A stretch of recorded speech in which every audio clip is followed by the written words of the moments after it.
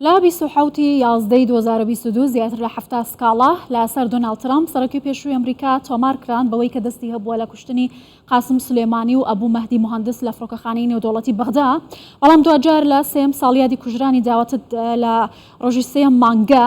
ئەنجومەنی باڵای دادوەری عێراق بڕیاری بە دەستگیرکردنی دۆناڵد ترامپ سەرۆکی پێشووی ئەمریکا داوە. ئایان بڕیارە تا چەندە پەیوەندیەکانی ئەمریکا و عێراق دەباتە قۆناغێکی دیکەوە هاوکات کۆمەڵێک پەیوەندی وەڕێکەوتنی استراتیژی لە نێوان ئەمریکا و عێراق هەیە. ئەمە ئایا تەنیا بۆ ڕاگەیاندنەوە بڕیارێکی سیاسیە یا دەتوانێت کێشەکان و ئاڵۆزیەکان زیاتر لە عێراق قوڵ بکاتەوە؟ من زیاتر قسە دەکەم میوانێکم لە ستۆدیۆ لەگەڵا بەڕێز ڕەحیم ئەگێلی دادوەر و سەرۆکی پێشووی دەستەی دەستپاکی عێراق. زۆر بەخێر بێ. بڕیارەکەی ئەنجومەنی دادوەری عێراق چۆن دەبینن بە دەستگیرکردنی دۆناڵد ترامپ سەرۆکی پێشووی عێراق؟ ئەمە دەکرێت لە ڕووی یاساییەوە؟ والحقيقة راستيدا اف بريار براستي بريا صالة كي دركتية د صالة او درباسوي د صالة 2021 بري دو صالة كارم بيشم واري يا سيدة براستي هناك آليان دا لقل يا سيا عراقي دقونجا براستي فيش بركو او تاوان لسر خاك عراقي رودايا اللي از جالي كده نجوا ام تماشا بكن سروك دولتان براستي پارێزوانی ئەوان هەیە بڕاستی و ئەو یەک ژینایەکردن بڕاستی هەگەر توش ئالیکی دنجی لێم نەڕێ ئەگەر ئالی سیاسی علی سیاسی بمنە هەر ڕۆژی نارینە وڵاتێکی دنجی بنێرە ئەم دەبینن کۆ واقعدا ئێسکارم بێژم محالە کۆ تشتێکی وسا بێجی بجیکردن نابە چاوە زەحمەتە گەلێکی کۆ عێراق وڵات سەرۆکی وڵات سەرۆکی بێری وڵاتێکی ئەمریکا بگرە. بۆچی ئەم بڕیارە دەرکراوە؟ تەنیا بۆ ڕاگەیاندنەکانە ئەمە کایەیەکی سیاسی دیکەیە، ئەمە تەحەدایەکە بەرامبەر بە ئەمریکا لەلایەن حکوومەتی نوێی عێراقەوە کە ئێستا ئاڵۆزێکی زۆریشی لە نێوان ئێران و ئەمریکا لەسەر پێکەنانی حکوومەت دروست کردووە؟ والحقيقة يعني دراسية اف بريار كلك اسكارم بجمواري ويهانا نتشار شوفيا يا سايتا اللي اسكارم بجم در انجام الفي برياري تشنا ازدوي باوري دمكو امريكا دمكو اف تاوان هاتا كرن يعني اف بوير هاتا كرن سەرۆک ترامپ دەماکۆ ئەف بریار دەرخست بکوشتنا وان هەردوو سەرکردەیان ژور کۆوێت دەمێ ئەو سەرۆکی وڵاتێکی بوو سەرۆکی ئەمریکا بوو دوێیەکێ دەژی ئەنیسکارم بێژم چاوە یاسایە عێراقیان دادوەری عێراقی دەستێواردانی بکە بڕاستی لەسەر عەردەی بڕاستی ئەڤ یەک نایەکەرن بڕاستی چاوە هەگەر ئەزکارم بێژم گەلێک تاوانبار هەنە لە عێراقی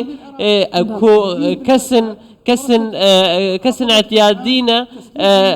واردستي عراقي ناكن وكو فرنسا وكو لبنان وتشوا امريكا سروكي خوي بري ردستي عراقي بك براستي ابنائي براستي ناكا بسرياده بيا ازوي باوري دمجو بقول لك اسكان بيش بريارك سياسيه بيوندي دنا برا ايران وعراقي ده هي اسكان بيشم هج آلی هن آلی اسکار بشم یاسر عراقی عراق لجیر گوشاری ایران ام بریاری در کردوه کواتا لکتانو ایوه والله العراق هو تحت عراق دبن باندورا ايراني دايش قالك واراندا براستي وازكارم يعني نتشتكي از بيجم باندورا وهي براستي رولك جرينجا ايران دفي برياري دهابو براستي نها تايبتكو سروك ترامب نوكو سروك دنيا امريكا بو درباري ايراني از دوی باوري دما امريكا براستی گلکی گه نادوی که براستی و تو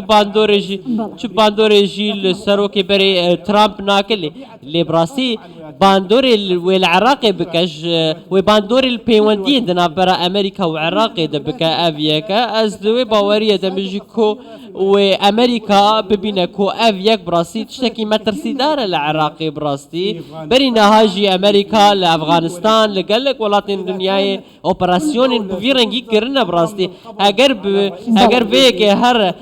ولاتك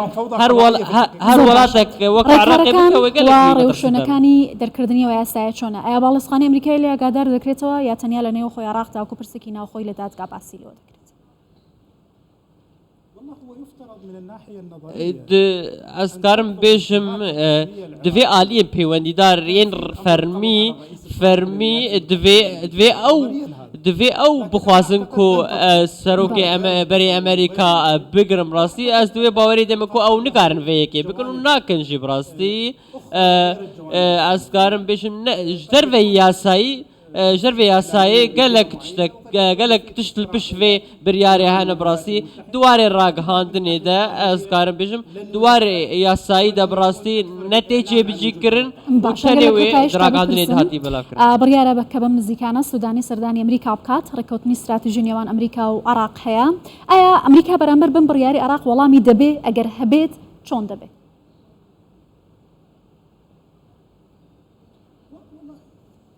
هو الحقيقة زيارات دراستیه ده سردانی سەرۆکوەزیرن عێراقیش بۆ ئەمریکا بەردەوام بڕاستی ژبلی عادل عەبدولمهدی کۆ سەردانە ئەمریکا نەکرد لم تكن تلك ئەف سەردانین بەرێژی سەردانین کۆبەریان نەهاکردن ڕاستی بێبەرهەم و بڕاستی تا ئەنجامی وانژی نەبوون تا ئەنجامی وانی دیار نەبوون و تەنێ ئەزکارم بێژم بەردەوامیە لەسەر ئاخافتن لەسەر ڕێکەوتنە استراتیژی ناوبەرە واشنگتن و بەغدایدا بڕاستی دەرەنجامێن وێ دەرەنجام تو دەرەنجام نەبوونە بڕاستی ئەس وەیەکێ بەرژەوەندیên ئەمریکا و بەرژەوەندیên ئیرانê گرنگترن ji berjewendiyên Iraqê Serokvezîrên Iraqê bi rastî nûnertiya berjewendiyên ve her du welata tenê dikin nûnertiya berjewendiyên Iraqê nakin. بەڕێز ڕەحیم ئەگێلی دادوەر و سەرۆکی پێشووی دەستەی دەستپاکی عێراق زۆر سپاس لەگەڵ کوردستان 24 بووی سپاس.